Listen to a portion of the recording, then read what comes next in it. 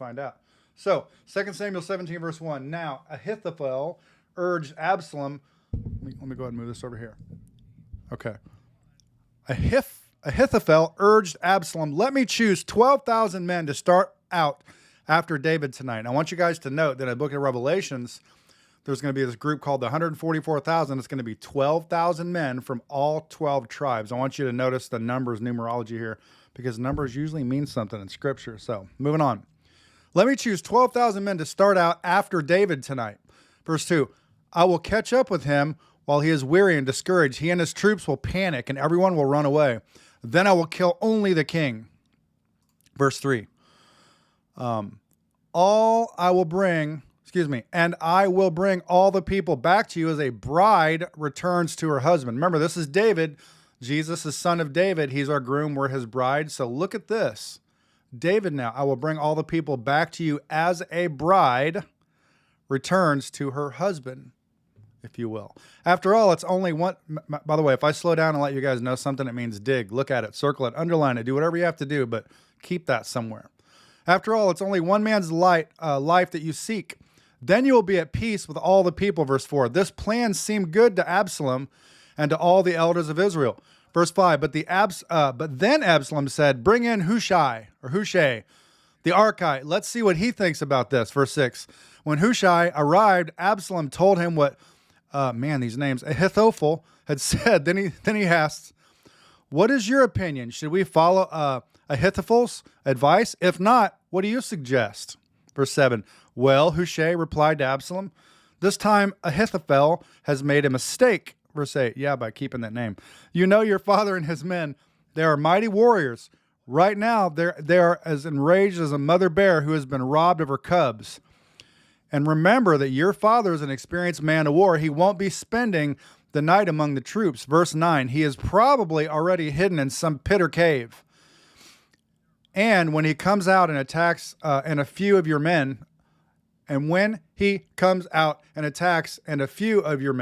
fall, I got it, that makes sense now. There will be a panic among your troops, and the word will spread that Absalom's men are being slaughtered. Yes, I do look like I'm on vacation, by the way. I like that. I like the little light in the background. Verse 10, 2 Samuel 17:10. Then even the bravest soldiers, though they have the heart of a lion, will be paralyzed with fear, for all Israel knows what a mighty warrior your father is and how courageous his men are. Verse 11, I recommend that you mobilize the entire army of Israel, bringing them from as far away as Dan in the north and Beersheba in the south. That way you will have an army of as numerous as the sand on the seashore. Does that ring a bell about anything that was said to Abraham about his seed or his lineage, his people to be greater than the sand or the stars in heaven? Look what he says right here. There's parallels in prophecy all through Scripture. That's why he's saying that way you will have an army as numerous as the sand of the seashore. You guys should look this stuff up. Seashores. Anyway. And I advise that you personally lead the troops. Verse 12. When we find David, we'll fall on him like dew that falls on the ground. Then neither he nor any of his men will be left alive. Verse 13. You guys let me know on Facebook if everything's still good with the audio. Verse 13, because we had some issues. And if David were to escape into some town, you will have all Israel there at your command. Then we will take ropes and drag the walls of the town into the nearest valley until every stone is torn down. Verse 14. Then Absalom and all the men of Israel said, Hushai's advice is better than Ahithophel's, for the Lord had determined to defeat the counsel of Ahithophel, which really was the better plan, so that he could bring disaster on Absalom. Verse 15. Hushai took Zadok, and Abiathar. What is up with these names? The priests, what Ahithophel had said to Absalom and the elders of Israel, and what he himself had advised instead. Verse 16. Quick, he told them, find David and urge him not to stay at the shallows of the Jordan River tonight. He must go across at once into the wilderness beyond, otherwise he will die and his entire army with him. That's not good. Verse 17. Jonathan and Ahimaaz had been trying in Rogel so as not to be seen entering and leaving the city. Arrangements had been made for a servant girl to bring them the message they were to take to King David. But verse 18, but a boy spotted them in Rogel, and he told Absalom about it. So they quickly escaped to Bahurim, where a man hid them down inside a well in his courtyard. Verse 19, the man's wife put a cloth over the top of the well and scattered grain on it to dry into the sun.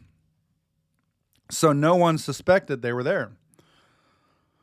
We're going to go ahead and switch over. I forgot to switch my view. Here we go. All right. Verse 20, when Absalom's men arrived, they asked her, have you seen Ahimaaz and Jonathan? The woman replied, they were here, but they crossed over the brook. Nobody told me the words weren't up there. Absalom's men looked for them without success and returned to Jerusalem. Verse 21, then the two men crawled out of the well and hurried on to King David. Quick, they told him, cross the Jordan tonight. And they told him how Ahithophel had advised that he be captured and killed. So verse 22, so David and all the people went with him, went across the Jordan River during the night, and they were all on the other bank before dawn. Verse 23, when Ahithophel realized that his advice had not been followed, he saddled his donkey, went to his hometown, set his affairs in order, and hanged himself. There's a lot of hanging in the Bible. Judas and other people. What's going on? He died there and was buried in the family tomb. Verse 24, this is 2 Samuel chapter 17, verse 24, for anybody new that's listening. David soon arrived at Mahanaim, whatever. By now, Absalom had mobilized the entire army of Israel and was leading his troops across the Jordan River, verse 25. Absalom had appointed Amasa as commander of his army, replacing Joab, there was no J's, who had been commander under David. Amasa was Joab's cousin. His father was Jether, an Ishmaelite. His mother, Abigail, daughter of Nahash, was the sister of Joab's mother, Zeruiah, I think. Absalom, verse 26, and the Israelite army set up camp in the land of Gilead. Verse 27, when David arrived at Mahanaim, he was warmly greeted by Shobai, son of Nahash, who came from Rabbah of the Ammonites. Imagine these kids in school trying to learn these names, guys. And by Machir, son of Amiel, from Lodabar, and by Barzillai of Gilead from Rogalim. Reading the Bible is not as easy as you think, but it's good. I love it. It's great. Verse 28. They brought sleeping mats, cooking pots, serving bowls, wheat and barley, flour and roasted grain, beans and lentils. I like lentils. Those aren't bad. Honey, butter, sheep, goats, and cheese for David and those who are with him. For they said, you must all be very hungry and tired and thirsty after your long march through the wilderness. Moving on to chapter 18. Yay, I made it past one chapter. This is where Absalom's killed. So 2 Samuel 18:1. David now mustered the men who were with him and appointed generals and captains to lead them. He sent the troops out in 3 groups, placing one group under Joab and one under Joab's brother Abishai, son of Zeruiah, and one under Ittai, the man from Gath. The king told his troops, I am going out with you. Verse 3. But his men objected strongly. You must not go, they urged. If we have to turn and run, and even if half of us die, it will make no difference to Absalom's troops. They will be looking only for you. You are worth 10,000 of us, and it's better that you stay here in the town and send help if we need it. Verse 4. Seems to make sense, right? If you think that's the best plan, I'll do it, the king answered. So he stood alongside the gate of the town as all the troops marched out in groups of hundreds and of thousands. Verse 5. And the king gave his command to Joab, Abishai, and Ittai. For my sake, deal gently with young Absalom. And all the troops heard the king give this order to his commanders. Verse 6. So the battle began in the forest of Ephraim. And the Israelite troops were beaten back by David's men. There was a great slaughter that day, and 20,000 men lay down their lives. No greater love than a man lay down his life for a friend, the Bible says. Just saying. Verse 8, the battle raged all across the countryside, and more men died because of the forest than were killed by the sword. During the battle, verse 9, Absalom happened to come upon some of David's men. He tried to escape on his mule, but as he rode beneath the thick branches of a great tree, his hair got caught in the tree. Got to trim that hair. Not good. His mule kept going and left him dangling in the air. Verse 10. One of David's men saw what had happened and told Joab, I saw Absalom dangling from a great tree. A great tree, hanging from a tree. Somebody was cursed hanging from a tree. I don't know. Verse 11. What? Joab demanded. You saw him there and didn't kill him?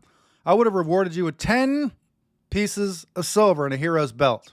Verse 12. Circle that one. Look it up. I would not kill. I wish I had time. Can't do it. I would not kill the king's men for even 1,000 pieces of silver, the man replied to Joab. We all heard the king say to you and Abishai and Ittai, for my sake, please spare young Absalom. Verse 13. And if I had betrayed the king by killing his son, and the king would certainly find out who did it, you yourself would be the first to abandon me. Verse 14. Enough of this nonsense, Joab said. Then he took 3 daggers and plunged them into Absalom's heart and as he dangled, still alive, in the great tree. They didn't play around in first century, guys. Verse 15. 10 of Joab's young armor bearers then surrounded Absalom and killed him. Then Joab, or Chab, whatever you want to pronounce it, blew the ram's horn. Think about the ram's horn. Passover happens. They had these ceremonies. They blew this horn from an ibek called an shofar. This reminds me of that, this ram's horn, because it's very similar to that same meaning. Then Joab blew the ram's horn. So maybe this points to something. And his men returned from chasing the army of Israel. Verse 17, they threw Absalom's body into a deep pit in the forest and piled a great heap of stones over it.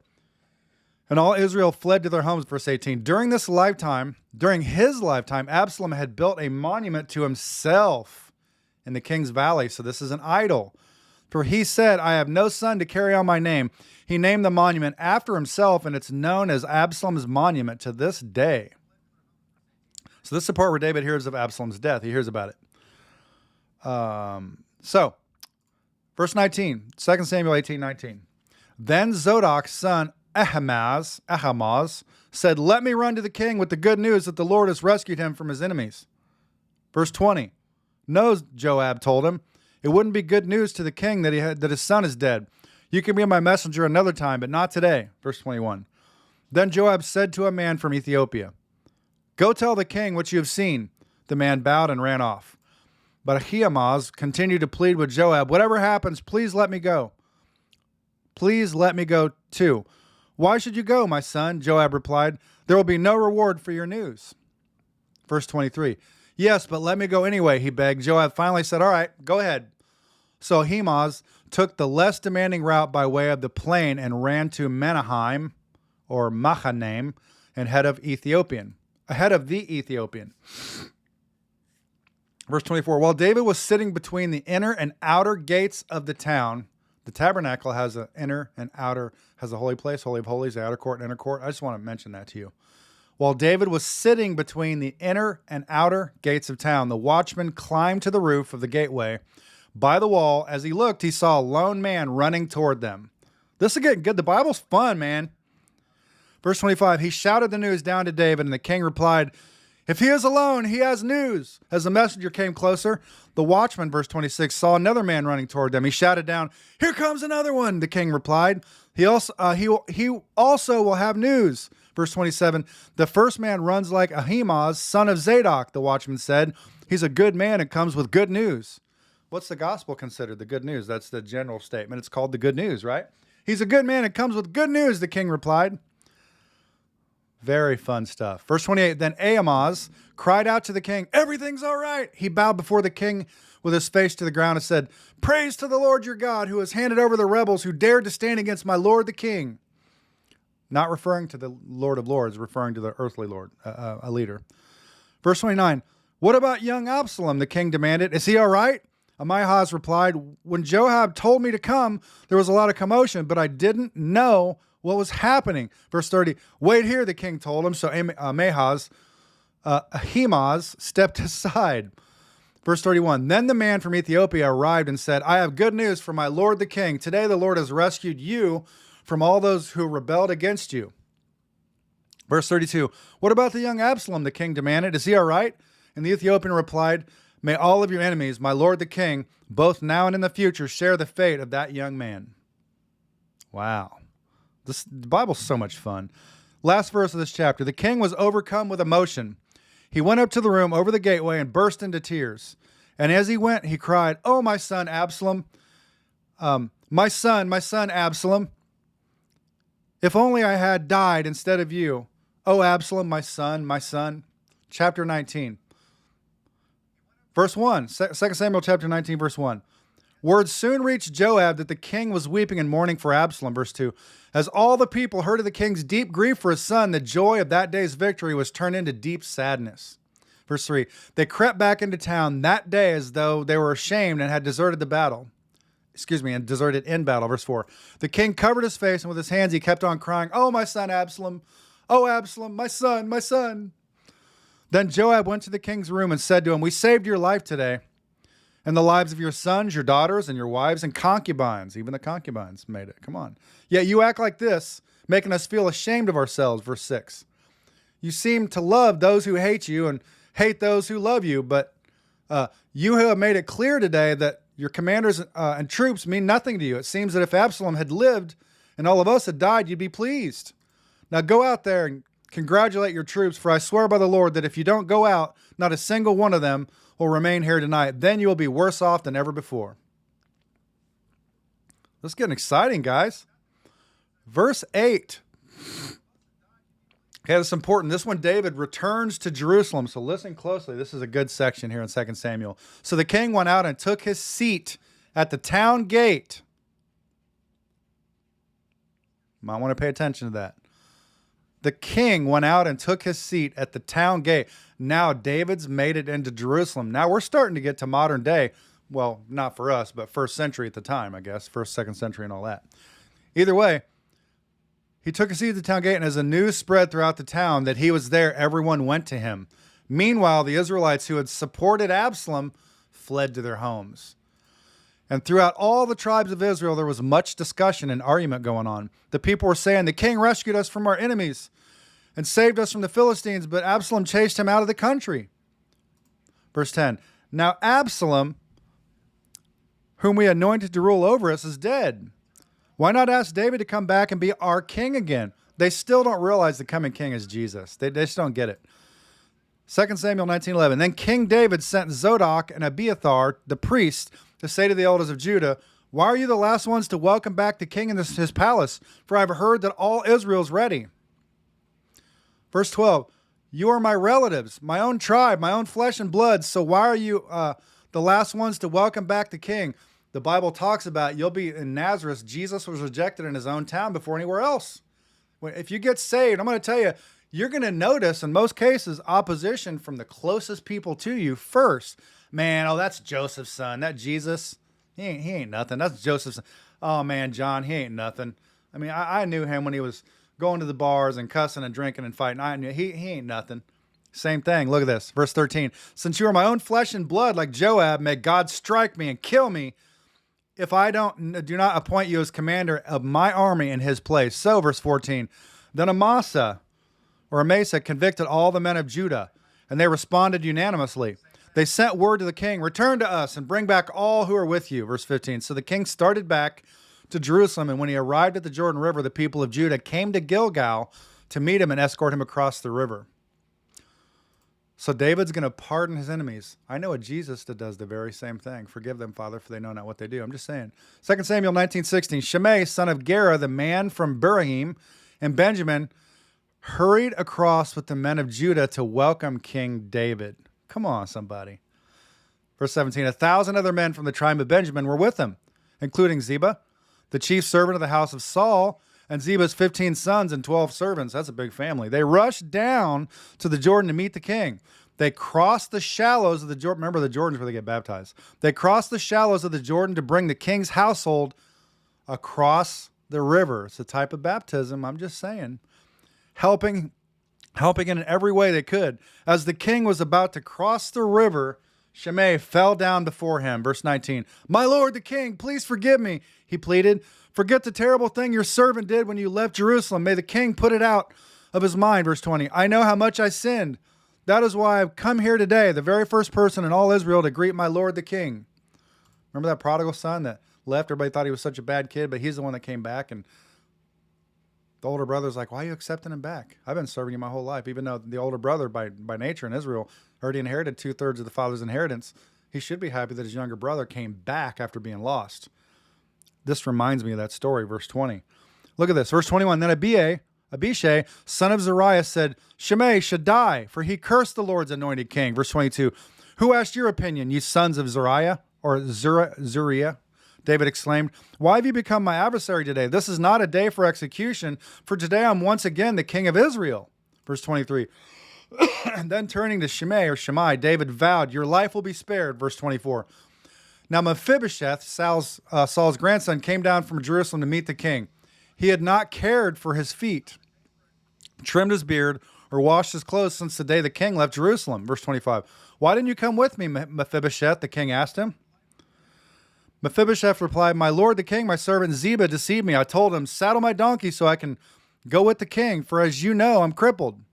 Ziba was slandered me by saying that I refused to come, but I know that my lord the king is like an angel of God, so do what you think is best." Come on. 28. "All my relatives and I could expect only death from you, my lord, but instead you've honored me by allowing me to eat at your own table. What more can I ask?" Listen, Romans 6:23 says the wage of sin is death, the gift of God's eternal life. Just like those tax collectors, man, Jesus sat with them and suppered with them. He communed, he fellowshiped, he koinoniaed. Even though we don't deserve it, we deserve death according to Romans 6, he gives us something called grace. We're not bound by the law, which was the last 5 books of the Torah, or the 5 books of the Bible. We now have Jesus, a period of grace, who's coming, by the way. In the 40th book of this Bible, he's coming. We're going to hear about him in the flesh. But this right here in 2 Samuel 19:28 says, "All my relatives, I could expect death from you," just like us, the Lord, "but instead you have honored me by allowing me to eat at your table." Come on, somebody. That's what I'm talking about. He allows us to eat with him. We don't deserve any of this. Man, your own table. What more can I ask? Verse 29, "You said enough," David replied. "I've decided that you and Ziba will divide your land equally between you. Give them all of it." Mephibosheth said, "I am content just to have you safely back again, my lord the king." Barzillai of Gilead had come down from Rogelim to escort the king across the Jordan. Verse 32. He was very old, 80 years of age, and very wealthy. He was the one who had provided food for the king during his stay in Mahanaim. "Come across with me and live in Jerusalem," the king said to Barzillai. "I will take care of you there." "No," he replied, "I'm too far old to go with the king of Jerusalem. I'm 80 years old today, and I can no longer enjoy anything. Food and wine are no longer tasty, and I cannot hear the singers as they sing. I would only be a burden to my lord the king." Verse 36, "Just go across the Jordan River with the king is all the honor I need." Remember that Jordan River? It's a type, a parallel of a baptism. Jesus, Joshua, Yeshua, same thing. Joshua, that whole story with Joshua going over the Jordan River. Think about that. My goodness. Just to go across the Jordan River with the king is all the honor I need. I can't make that any more plain, you guys. I mean, it's literal, but it's not literal, but it is literal. Come on. Man, verse 38, "Good," the king agreed. This is 2 Samuel 19:38. "Good," the king agreed. Kimham will go with me, and I will help him in any way you would like, and I will do for you anything you want. Verse 39. So all the people crossed the Jordan with the king. After David had blessed Barzillai and kissed him, Barzillai returned to his own home. Verse 40. The king then crossed over to Gilgal, taking Kimham with him. All the troops of Judah and half the troops of Israel escorted the king on his way. There's parallels here, man. Look deep, look deep. But all the men of Israel complained to the king. "The men of Judah stole the king and didn't give us the honor of helping you take you, your household, and all your men across the Jordan." The men of Judah replied, "The king is one of your own kinsmen." Jesus is called our kinsman redeemer. "Why should this make you angry? We haven't eaten any of the king's food or received any special favors." Last verse of this chapter. "But there are 10 tribes in Israel." At the time, right? 10 tribes. The others replied, "So we have 10 times as much right to the king as you do." What right do you have to treat us with such contempt? Weren't we the first to speak of bringing him back to be our king again? The argument continued back and forth, and the men of Judah spoke even more harshly than the men of Israel. Chapter 20, moving on, the rebellion of Sheba, or Sheba, some people say, but I like to say Sheba. 2 Samuel chapter 20, verse 1. There happened to be a troublemaker, we know those, a troublemaker there named Sheba, son of Bichri, a man from the tribe of Benjamin. Sheba blew a ram's horn and began to chant, "Down with the dynasty of David. We have no interest in the son of Jesse. Come on, you men of Israel, back to your homes." So all the men of Israel deserted David and followed Sheba back to Bichri. But the men of Judah stayed with their king and escorted him from the Jordan River to Jerusalem. Verse 3, then David came to his palace in Jerusalem. He took the 10 concubines he had left to look after the palace and placed them in seclusion. Their needs were provided for, but he no longer slept with them. So each of them lived like a widow until she died. Interesting. Then the king told Amasa, mobilize the army of Judah within 3 days and report back at that time. So Amasa went out to notify Judah, but it took him longer than the time he had been given. Then David said to Abishai, Sheba, son of Bakri, is going to hurt us more than Absalom did. Quick, take my troops and chase after him before he gets into a fortified town where we can't reach him. So Abishai and Joab, together with the king's bodyguard and all the mighty warriors, set out from Jerusalem to go after Sheba. As they arrived at the great stone in Gibeon, Amasa met them. Joab was wearing his military tunic with a dagger strapped to his belt. Tunic's just the thing that had the stones on, the 12 stones, the tunic, strapped to his belt. As he stepped forward to greet Amasa, he slipped the dagger from its sheath. Uh-oh. Oh boy. How are you, my cousin? Joab said, and took him by the beard with his right hand as though to kiss him. Amasa, by the way, is customary at that time. Amasa didn't notice the dagger in his left hand, and Joab stabbed him in the stomach with it so that its insides gushed out onto the ground. This parallels another story, other stories actually. Joab did not need to strike again, and Amasa soon died. Joab and his brother Abishai left him lying there and continued after Sheba. Verse 11, one of Joab's young men shouted to Amasa's troops, if you are for Joab and David, come and follow Joab. But Amasa lay in his blood in the middle of the road, and Joab's man saw that everyone was stopping to stare at him, so he pulled him off the road into a field and threw a cloak over him. Verse 13, with Amasa's body out of the way, everyone went on with Joab to capture Sheba, son of Bakri. Meanwhile, Sheba traveled through all the tribes of Israel and eventually came to the town of Abel Beth Maachah.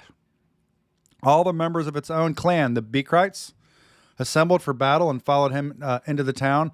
When Joab's forces arrived, they attacked Abel Beth Maachah. They built a siege ramp against the town's fortifications and began battering down the wall. Verse 16, but a wise woman in the town called out to Joab. Listen to me, Joab. Come over here so I can talk to you. As he approached, the woman asked, are you Joab? I am, he replied. So she said, listen carefully to your servant. I'm listening, he said. Then she continued, there used to be a saying, if you want to settle an argument, ask advice at the town of Abel. I love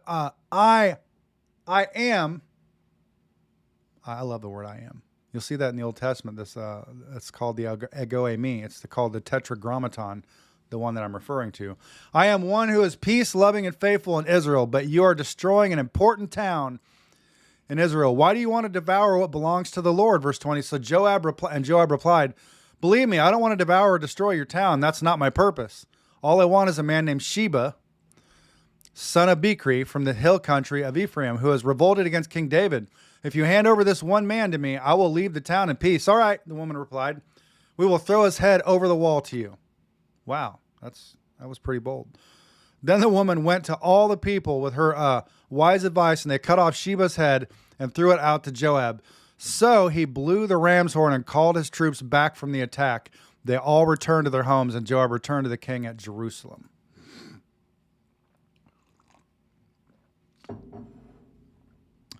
Here we go, verse 23. Now Joab was the commander of the army of Israel. Benai, son of Jehoiada, was captain of the king's bodyguard. I thought the words would get easier, so I was getting a break from the other ones, but it's just getting harder. Adoniram was in charge of 4 slavers. Jehoshaphat, son of Ahilud, was the royal historian. Sheva was the court secretary. Zadok and Abiathar were the priests. And Ira, descendant of Jair, was David's personal priest. Chapter 21. Moving on. David avenges the Gibeonites. Yeah, the Gibeonites. That's right. It's going to be a shorter read tonight. We're going to go to 24 and we're done for the day unless I do this later. Okay, verse 1. There was a famine during David's reign that lasted for 3 years. So David asked the Lord about it. And the Lord said, the famine has come because Saul and his family are guilty of murdering the Gibeonites. So the king summoned the Gibeonites. They were not part of Israel, but were all that was left of the nation of the Amorites. The people of Israel had sworn not to kill them, but Saul, in his zeal for Israel and Judah, had tried to wipe them out. Verse 3, David asked them, "What can I do for you? How can I make amends so that you'll bless the Lord's people again?" "Well, money can't settle this matter between us and the family of Saul," the Gibeonites replied. "Neither can we demand the life of anyone in Israel. What can I do then?" David asked. "Just tell me and I will do it for you." Then they replied, "It was Saul who planned to destroy us, to keep us from having any place at all in the territory of Israel. So let 7 of Saul's sons be handed over to us, and we will execute them before the Lord at Gibeon on the mountain of the Lord." That's capital, Yahweh, capitalized. "All right," the king said, "I will do it." The king spared Jonathan's life, Mephibosheth, who was Saul's grandson, because of the oath of David and Jonathan had sworn before the Lord. Verse 8, "But he gave them Saul's 2 sons, Ammoni, and Mephibosheth, whose mother was Rizpah, daughter of Aiah. He also gave them the 5 sons of Saul's daughter, Merab, the wife of Idriel, a son of Barzillai from Mahola. The men of Gibeon executed them on the mountain before the Lord. So all 7 of them died together at the beginning of the barley harvest." There's 7 feasts that the Jewish people are to adhere to, 3 that are required, as far as I know. Just letting you know that. It's something to look up. There's different feasts. This might point to something there. Hint, hint. Then Rizpah, daughter of Aiah, the mother of 2 of the men, spread burlap on a rock and stayed there the entire harvest season. She prevented the scavenger birds from tearing at their bodies during the day and stopped wild animals from eating them at night. Verse 11, when David learned what Rizpah, Saul's concubine, had done, he went to the people of Jabesh, Gilead, and retrieved the bones of Saul and his son Jonathan when the Philistines had killed Saul and Jonathan on Mount Gilboa. The people of Jabesh, Gilead, stole their bodies from the public square of Bethshan, where the Philistines had hung them. Verse 13, so David obtained the bones of Saul and Jonathan, as well as the bones of the men that the Gibeonites had executed. And verse 14 says, then the king ordered that they bury the bones in the tomb of Kish, Saul's father, at the town of Zelah in the land of Benjamin. After that, God ended the famine in the land. Okay, with the war to the Philistines. Here we go again. Once again, the Philistines were at war. See, I didn't read that, but the Holy Spirit. Once again, the Philistines were at war with Israel, and when David and his men were in the thick of the battle, David became weak and exhausted.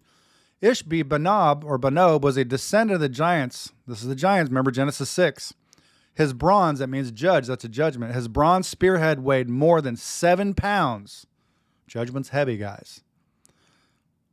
Do some research. And he was armed with a new sword. He'd cornered David and was about to kill him. But Abishai, son of Zeruiah, came to David's rescue and killed the Philistine. Then David's men declared, you're not going out to battle with us again. Why risk snuffing out the light of Israel? After this, there was another battle against the Philistines at Gob. As they fought, Zabekah from Husha killed Saph, another descendant of the giants, verse 19. During another battle at Gob, Elhanan, son of Jair from Bethlehem, killed the brother of Goliath of Gath. The handle of his spear was as thick as a weaver's beam. Wow. Okay. Moving on, verse 20. In another battle with the Philistines at Gath, they encountered a huge man with 6 fingers on each hand and 6 toes on each foot, 24 in all, who was also a descendant of the giants.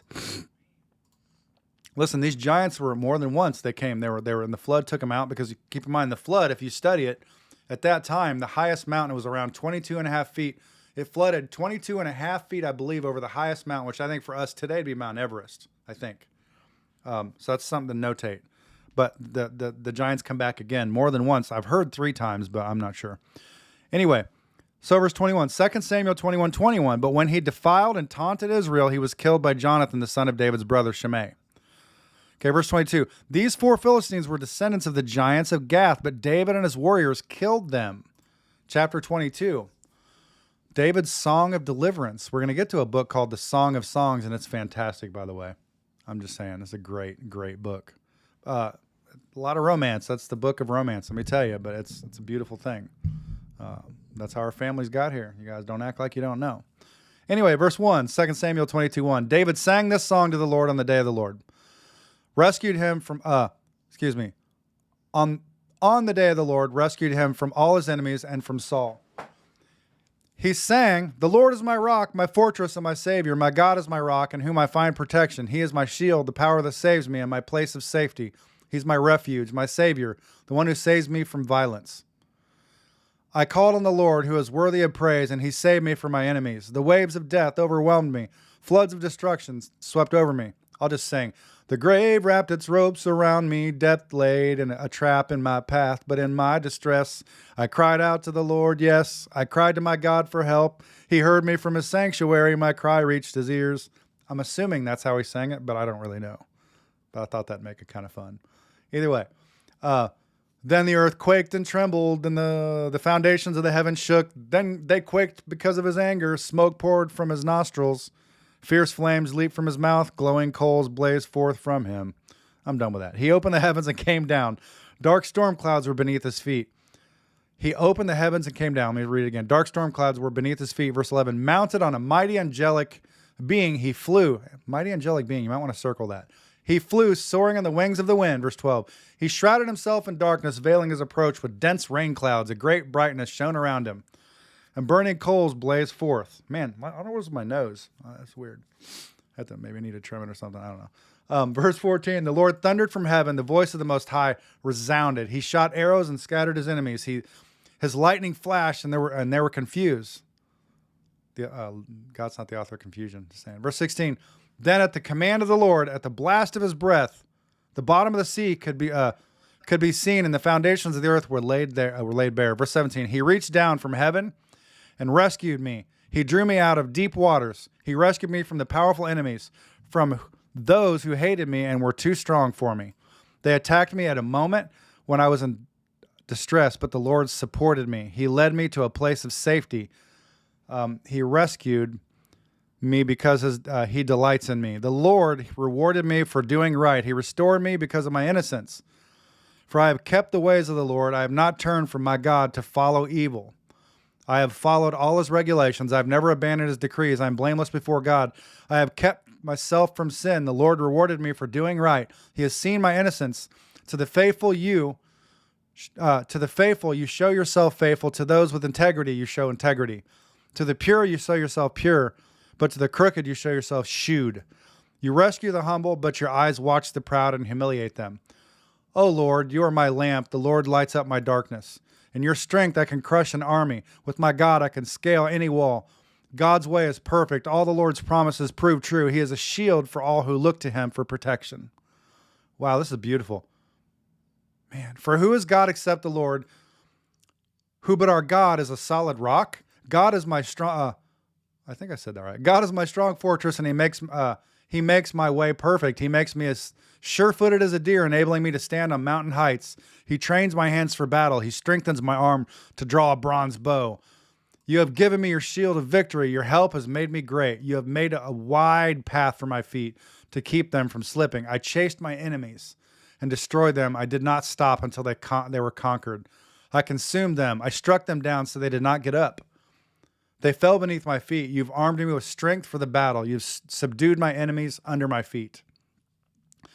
You placed my foot on their necks. I have destroyed all who hated me. They looked up for help, but no one came to their rescue. They even cried to the Lord, but he refused to answer. I ground them as fine as the dust of the earth. I trampled them in the gutter like dirt. You gave me victory over my accusers. You preserved me as a ruler over nations. People I don't even know now serve me. Foreign nations cringe before me as soon as they hear of me. They submit. They all lose their courage and come trembling with their strongholds. I love it. The Lord lives. Praise to my rock. May God, the rock of my salvation, be exalted. What a great song. We should make a note of this and write it down. He is the God who pays back those who harm me. He brings down the nations under me and delivers me from my enemies. You hold me safe beyond the reach of my enemies. You save me from the violent opponents. For this, O Lord, I will praise you among the nations. I will sing praises to your name. You give great victories to your king. You show unfailing love to your anointed, to David and to all his descendants forever. How beautiful is that? Wow. Chapter 23. I might keep reading a little bit. This is good. It's too good, you guys. It's just too good. Okay, last words of David. Here we go. It's 2 Samuel chapter 23, verse 1. These are the last words of David. David, the son of Jesse, speaks. David, the man who was raised up so high. David, the man anointed by the God of Jacob. David, the sweet psalmist of Israel. The Spirit of the Lord speaks through me. His words are upon my tongue. You guys, listen to this carefully. This is amazing. The God of Israel spoke. The rock of Israel said to me, the one who rules righteously, who rules in fear of the Lord, is like the light of morning at sunrise, like a morning without clouds, like the gleaming of the sun on new grass after rain. It is not my family God has chosen. Yes, he has made an everlasting covenant with me. His agreement is arranged and guaranteed in every detail. He will ensure my safety and success, but the godless are like horns to be thrown away, for they fear the hand that touches them. One must use iron tools to chop them down. They will be totally consumed by fire. Verse 8, these are the names of David's mightiest warriors. The first was Jehoabim,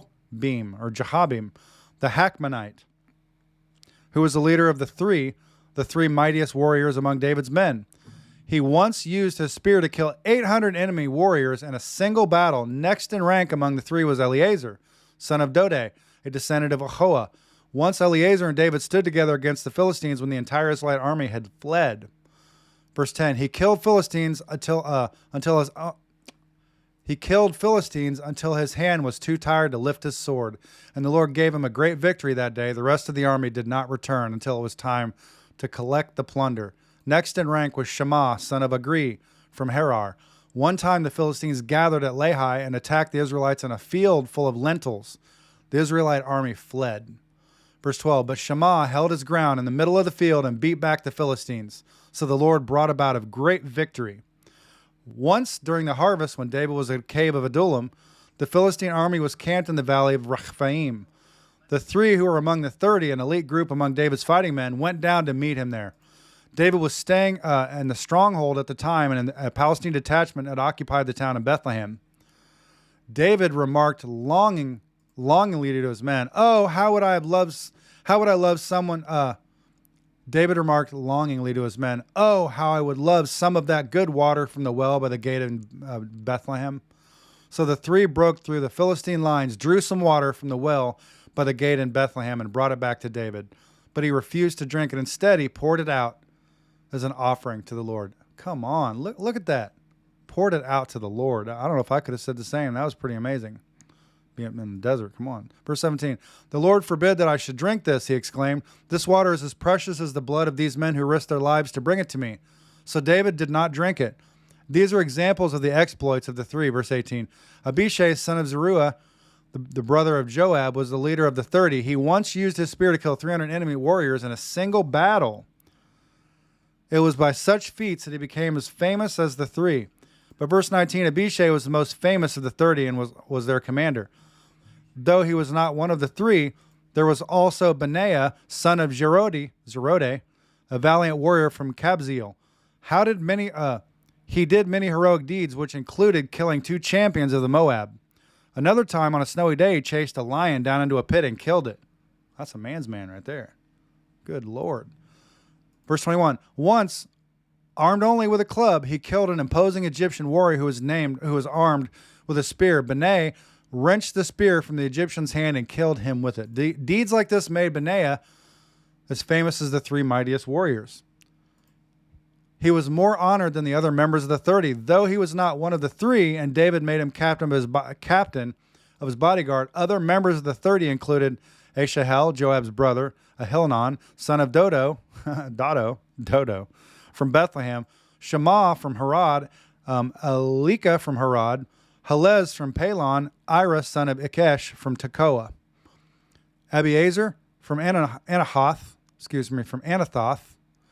Sabekah from Hushah, Zalman from Ahoah, Mahare from Netophah, Helen, son of Banah, from Netophah, Ittai, son of Rabbi, from Gibeah in the land of Benjamin, Benai from Periothan, Hurai from Nahael, Gosh. Wow, this is rough, but I still love the Bible.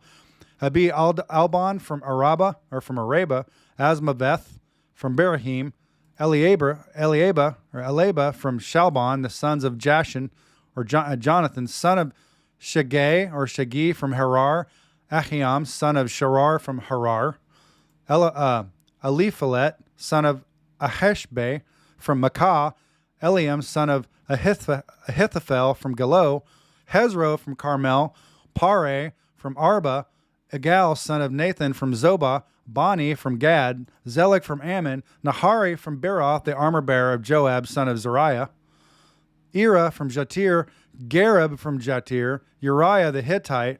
There were 37 in all. Boy, oh boy. Last chapter of 2 Samuel. Here we go. 2 Samuel chapter 24, verse 1. And I may go a little further tonight. We'll see what will happen. Okay. David's census. This is the counting. 2 Samuel 24, verse 1. Once again, the anger of the Lord burned against Israel, and he caused David to harm them by taking a census. Go and count the people of Israel and Judah, the Lord told him. So the king said to Joab and the commanders of the army, take a census of all the tribes of Israel, from Dan in the north to Beersheba in the south, so I may know how many people are there. But Joab, verse 3, replied to the king, may the Lord your God let you live to see 100 times as many people as there are now. But why, my lord the king, do you want to do this? But the king insisted that they take the census, so Joab and the commanders of the army went out to count the people of Israel. First, they crossed the Jordan and camped at Aurora, south of the town in the valley in the direction of Gad. Then they went on to Jazer, then to Gilead and the land of Tahim Hadshi, and to Dan-Jan and around to Sidon. Then they came to the fortress of Tyre and all the towns of Hivites and Canaanites. Finally, they went south to Judah as far as Beersheba. Verse 8, having gone through the entire land for 9 months and 20 days, they returned to Jerusalem. Joab reported the number of people to the king. They were 800,000 capable warriors in Israel who could handle a sword, and 500,000 in Judah. So now the Lord has judgment on David's sin. I'll tell you what, it happens to everybody in this thing. Abraham, David, everybody. But after all of them, Abraham, Isaac, Jacob. I'll tell you what, Isaac had a pretty pure slate, though, I'll tell you. Isaac represents Jesus anyway. But after he had taken the census, David's conscience began to bother him, and he said to the Lord, I've sinned greatly by taking the census. Please forgive my guilt, Lord, for doing this foolish thing. Verse 11, the next morning the word of the Lord came to the prophet Gad, who was David's seer. This was the message that he gave him, because he was a seer, he saw things, right? Go and say to David, this is what the Lord says. I will give you 3 choices. Choose one of these punishments, and I will inflict it on you. So Gad came to David and asked him, will you choose 3 years of famine throughout your land, 3 months of fleeing from your enemies, or 3 days of severe plague throughout your land? Think this over and decide what answer I should give the Lord who sent me. I'm in a desperate situation, David replied to Gad, but let us fall into the hands of the Lord, for his mercy is great. Do not let me fall into human hands. So the Lord sent a plague upon Israel that morning, and it lasted for 3 days. A plague for 3 days. Jesus was in the tomb 3 days. This made me think of that. A total of 70,000 people died throughout the nation, from Dan in the north to Beersheba in the south. But as the angel was preparing to destroy Jerusalem, the Lord relented and said to the death angel, stop, that is enough. At that moment, the angel of the Lord was by the threshing floor of Araunah, the Jebusite. This reminds me of Genesis 22, when God said stop when he went to put the dagger into his son Isaac. God was trying to show him something. This reminds me of that. So verse 17, when David saw the angel, he said to the Lord, I am the one who has sinned and done wrong. But these people are as innocent as sheep. What have they done? Let your anger fall against me and my family. Sacrifice here, man. David's going to build his altar. That day, Gad came to David and said to him, go up and build an altar. Listen carefully, you guys. Listen to what I'm about to read you. Listen to a parallel here. Think about Jesus. Think about Abraham in Genesis 20. Think about that. Here we go. That day, Gad came to David and said to him, go up and build an altar to the Lord on the threshing floor of Araunah, the Jebusite. So David went up. Up always is good, and through patterns in Scripture, down seems to be always bad. So David went up to do what the Lord had commanded him. When Araunah saw the king and his men coming towards him, he came and bowed before the king with his face to the ground. Why have you come, my lord the king? Araunah asked. David replied, I have come to buy your threshing floor and to build an altar to the Lord there, so that he will stop the plague. Take it, my lord the king, and use it as you wish. Araunah, I think I'm saying this right, said to David, here are auction for burnt offering, and you can use the threshing boards and ox yokes for wood to build a fire on the altar. I will give it all to you, your majesty, and may the Lord your God accept your sacrifice. But the king replied to Araunah, no, I insist on buying it, for I will not present burnt offerings to the Lord my God that have cost me nothing. So David paid him 50 pieces of silver for the threshing floor and the auction. Last verse in 2 Samuel. Verse 25. David built an altar there to the Lord and sacrificed burnt offerings and peace offerings, and the Lord answered his prayer for the land, and the plague on Israel was stopped.